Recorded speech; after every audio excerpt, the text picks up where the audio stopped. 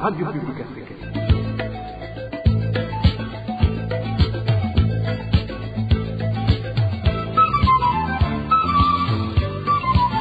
Radio Publique Africaine.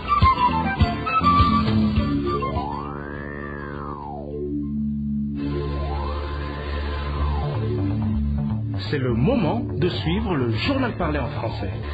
À la présentation, Janvier Ninina Hazgue. Vous êtes les bienvenus, chers auditeurs et auditrices, au journal de la Radio Publique Africaine parlé en langue française. Nous sommes le vendredi 7 novembre, l'an 2025, et voici les titres de l'édition.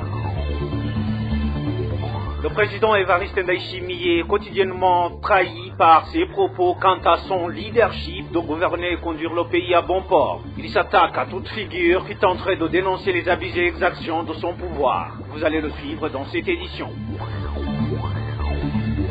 Les pêcheurs de la zone Egitaza déplorent le fait que leurs activités soient continuellement perturbées par le manque de carburant.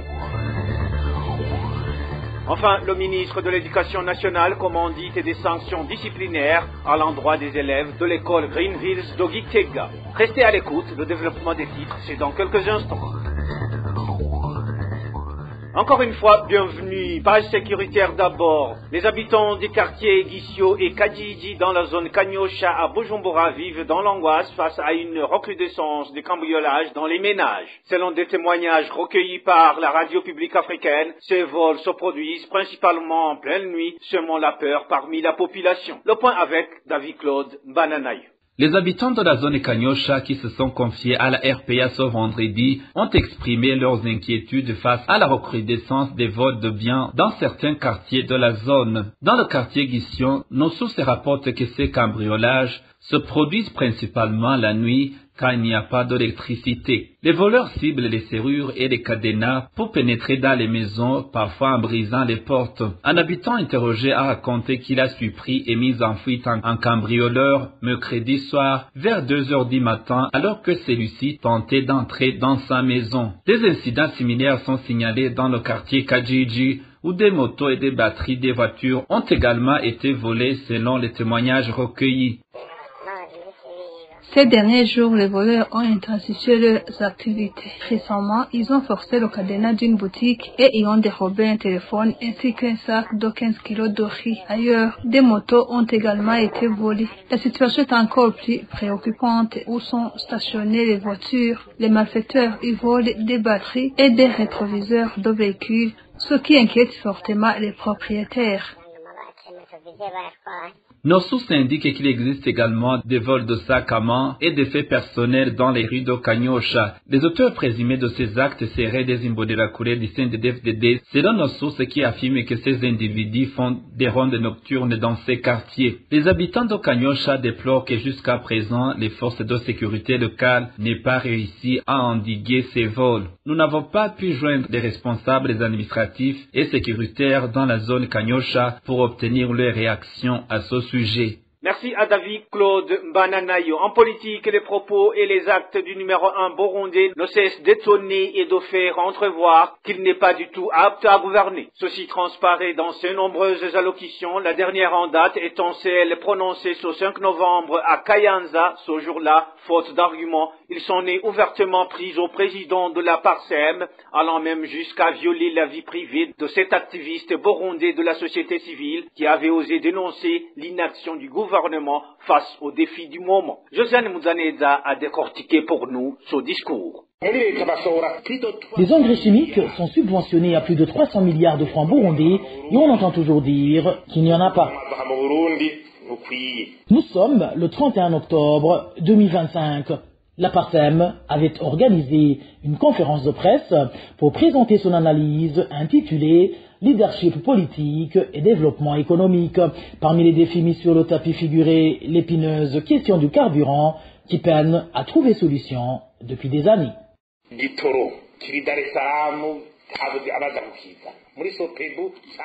Tantôt on nous dit que le carburant est stocké à Dar es Salaam, mais que malheureusement il n'y a pas de camion-citerne.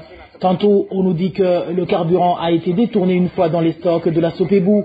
Pourtant, personne n'est inquiété. Dernièrement, ils nous ont dit que le carburant était arrivé en grande quantité, mais que les propriétaires des stations l'ont boycotté. Si c'était vrai, pourquoi il continue à nous desservir par plaque d'immatriculation? Plus grave encore, osez dire que la personne qui sabotait l'approvisionnement du carburant a été identifiée, mais que le président lui a accordé son pardon est aberrant. On ne badine pas avec l'économie du pays.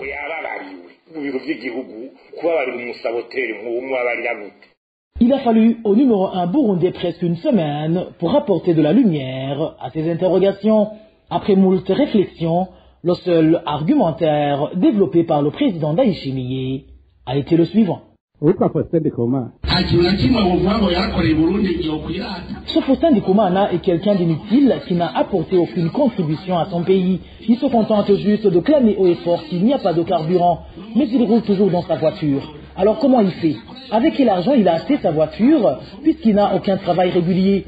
Si ce n'est pas un voleur, il roule pour les colonisateurs, sinon il souffrirait de malnutrition. Il porte de belles chaussures et des costumes. D'où vient alors tout cet argent? Au cours de cette conférence de presse, la PARSEM s'est dit scandalisée de voir une poignée de hauts dignitaires dilapider les biens de l'État alors que le pays ne cesse de sombrer dans un marasme économique sans précédent au grand désespoir des intellectuels et grands cerveaux qui ne font qu'assister impuissamment à cette déchéance.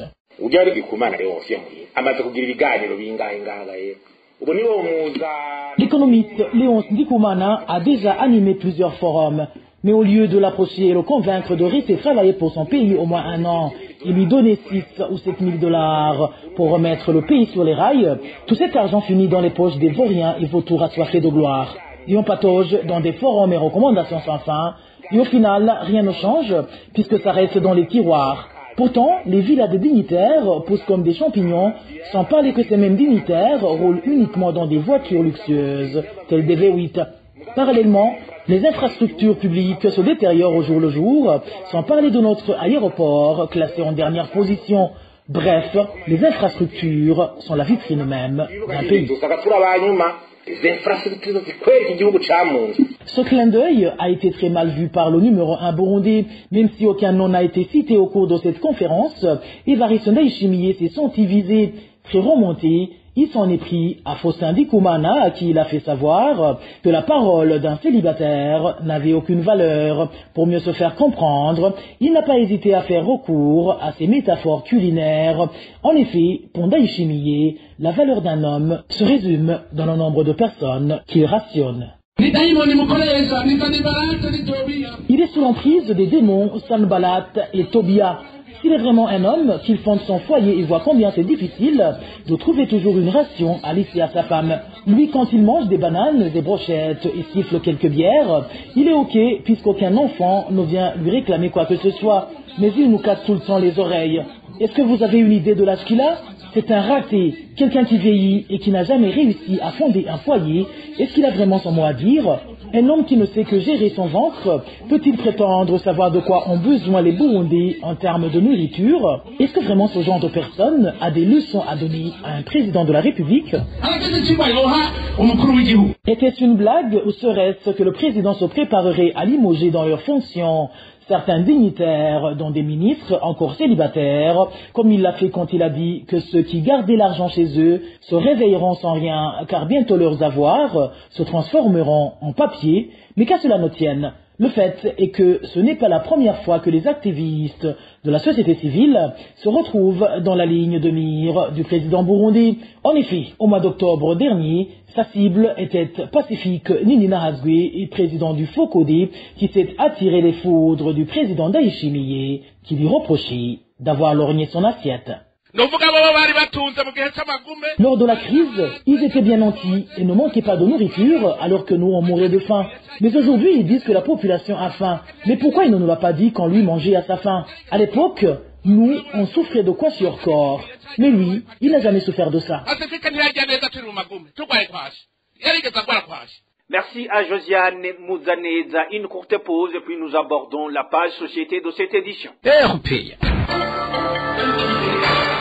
Les pêcheurs exerçant leur métier sur le lac Tanganyika en zone Gitaza de la commune Mohuta, province Bujumbura, déplorent que la pénurie du carburant entrave sérieusement leurs activités ces derniers jours, alors qu'ils avaient rempli toutes les obligations nécessaires pour pouvoir travailler dans de bonnes conditions. Ils lancent un appel au gouvernement afin qu'il leur fournisse une quantité suffisante de carburant pour poursuivre leur travail. Notre confrère Elvis Nyomungere nous livre les détails.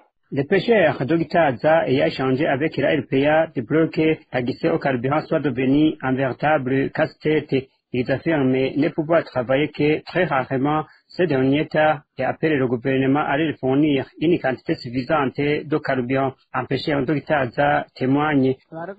Les pêcheurs œuvrant dans le lac Tanganyika font leur métier en toute difficulté suite au manque de carburant. Comme nous le faisons souvent, nous demandons avec insistance au gouvernement de disponibiliser le carburant. Pour le moment, le carburant est devenu un casse-tête.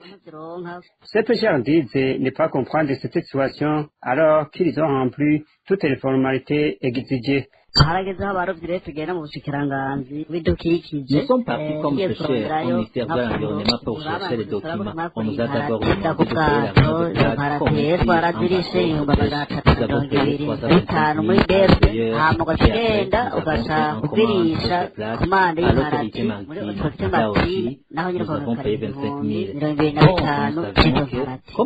de payer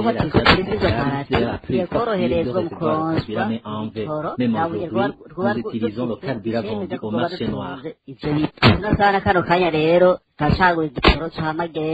La rédaction de la RPA n'a pas encore pu joindre les responsables du ministère de l'Environnement pour recueillir leurs réactions à ce sujet. Merci à Elvis Nyomungere. Les chauffeurs des camions qui transportent les marchandises en provenance de l'étranger font savoir qu'ils rencontrent de graves difficultés lorsqu'ils passent plusieurs jours en dehors du pays et que leurs frais soient terminés. À ce moment, ils racontent que s'ils s'adressent à leurs employeurs, ils leur répondent de se débrouiller, l'une des conséquences de travailler sans contrat. Emmanuel Yungeko nous en dit plus. Certains camionneurs qui importent des marchandises font savoir qu'ils sont confrontés à de multiples problèmes une fois à l'extérieur du pays, des problèmes qu'ils sont obligés de résoudre eux-mêmes. Celui-ci, qui fait partie de ces conducteurs de camions, fait savoir qu'il peut aller récupérer des marchandises et y passer plusieurs jours si ces produits ne sont pas encore disponibles. À ce moment, explique-t-il, il continue à consommer les frais de mission qui peuvent se terminer avant la fin du voyage, ce qu'il prend comme une conséquence de travailler sans contrat. Tout cela tourne sur les conséquences d'exercer sans contrat. Il t'envoie à mission par exemple pour récupérer un conteneur sans même savoir s'il est déjà arrivé. Tu restes là-bas en attente et dans l'entretemps, les frais obtenus sans contrat qui voulaient peuvent s'épuiser. Ce chauffeur indique également qu'il y a certains patrons auxquels il s'adresse pour cette question de frais de rafraîchissement et qui leur répondent de s'arranger. Cela plonge ces chauffeurs de gros camions dans des dettes interminables. Lorsque les frais de mission finissent, tu peux appeler et si c'est un bon chef, il peut t'envoyer de l'argent, mais il y a d'autres qui comptent toujours sur la somme qu'il t'avait donnée. Donc, le chauffeur se trouve dans des dettes et en prêt d'argent. C'est un problème compliqué vécu pendant plusieurs années. Ces camionneurs qui œuvrent dans l'importation des marchandises demandent avec insistance à leurs employeurs de leur doter des contrats de travail, ce qui, selon eux, pourrait être une voie de solution pour divers problèmes rencontrés dans leurs activités quotidiennes. Merci à Emmanuel Niyungeko. Les commerçants de Bwambarangwe, dans la commune Wusoni, province Butanyerera, se plaignent des pertes qu'ils subissent parce qu'ils ne sont pas autorisés à exporter leurs haricots vers la province frontalière de Buhumuza. Ils demandent au gouvernement de leur permettre de couler leurs produits là où ils peuvent les vendre et en tirer un bénéfice. Les détails avec Dani Claire, il a trouvé. Selon nos sources, les commerçants de Bwambarangwe acheminaient régulièrement ces haricots depuis la commune de Giterani, de l'ancienne province de Muyinga, frontalière avec la Tanzanie. Mais aujourd'hui, ceux qui transportent ces denrées sont accusés de les faire passer au Rwanda, ce qui entraîne leur pourriture dans les dépôts. Les haricots stockés dans les dépôts se sont abîmés car personne ne les achète actuellement au Burundi. Ici à Bambarangwe, dans la commune de Busoni, si quelqu'un transporte des haricots vers Giterani, que ce soit pour les consommer ou les semer, on accuse aussitôt de les acheminer vers la Tanzanie, puis de les faire passer par le Rwanda pour approvisionner le mouvement M23. Nos sources précisent également que ces commerçants subissent de lourdes pertes. Pour chaque kilo vendu ailleurs, ils perdent environ 1000 francs. Nous sommes vraiment en difficulté. Nous, les acheteurs, subissons des pertes et les producteurs eux aussi, car nous ne pouvons plus leur acheter leurs récoltes qui sont en train de pourrir dans les maisons. C'est décourageant de voir quelqu'un cultiver avec ses propres moyens, puis se voir interdire d'écouler sa production. Celui qui a acheté les haricots espérait en tirer un profit, pas subir des pertes.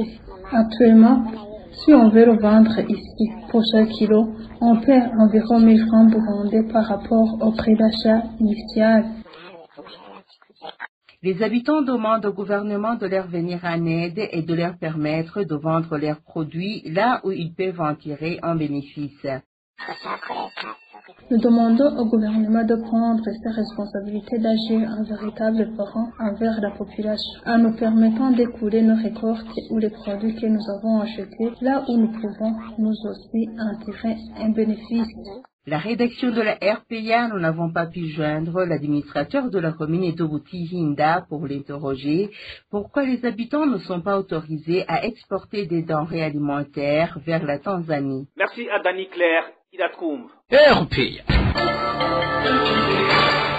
Page éducation pour clore cette édition, les perspectives d'être complètement acquittés demeurent limitées chez les élèves de l'établissement Green Hills de Gitega, récemment remis en liberté provisoire par la justice en attendant la poursuite de la procédure judiciaire. Le ministre de l'Éducation nationale François Habyarimana a imparti un délai d'1 semaine au représentant légal de la dite école afin de prononcer les sanctions disciplinaires appropriées à l'encontre des élèves concernés et de lui soumettre un rapport circonstancié conformément aux dispositions arrêtées par le conseil de discipline de l'établissement. N'est-ce pas Rémine de la Gakour? Dans une correspondance adressée ce vendredi aux représentants légal de l'école Green Hills de Gitega, le ministre de l'Éducation, M. François Habyarimana, l'a informé de l'obligation de distinguer clairement les sanctions relevant de la justice et celles relevant de la discipline scolaire. Le ministre précise que sur le plan éducatif, il convient d'examiner minutieusement la nature de la faute commise avant de prendre toutes mesures disciplinaires appropriées, tout en garantissant le droit des élèves à se défendre et en veillant au strict respect du règlement intérieur de l'établissement. En outre, le ministre François Habyarimana a enjoint le représentant légal de l'école Green Hills de convoquer sans délai une réunion du conseil de discipline en fait d'examiner le cas des élèves accusés d'avoir endommagé certains bâtiments de l'école.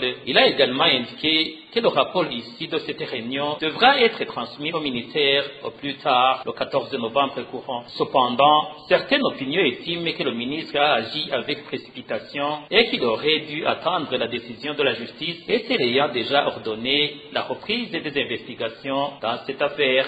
Merci à Rémi Delagakura et c'est par-ci, amis chers auditeurs et auditrices, que nous mettons fin à cette édition de la RPA parlée en langue française ce vendredi 7 novembre l'an 2025. Merci pour votre aimable écoute. Merci à toute l'équipe de la rédaction pour la collecte et le traitement de toutes les infos, sans oublier l'équipe technique pour sa bonne collaboration. À la présentation, vous étiez avec Janvier Ninina Hazoué. Bon début du week-end chez vous.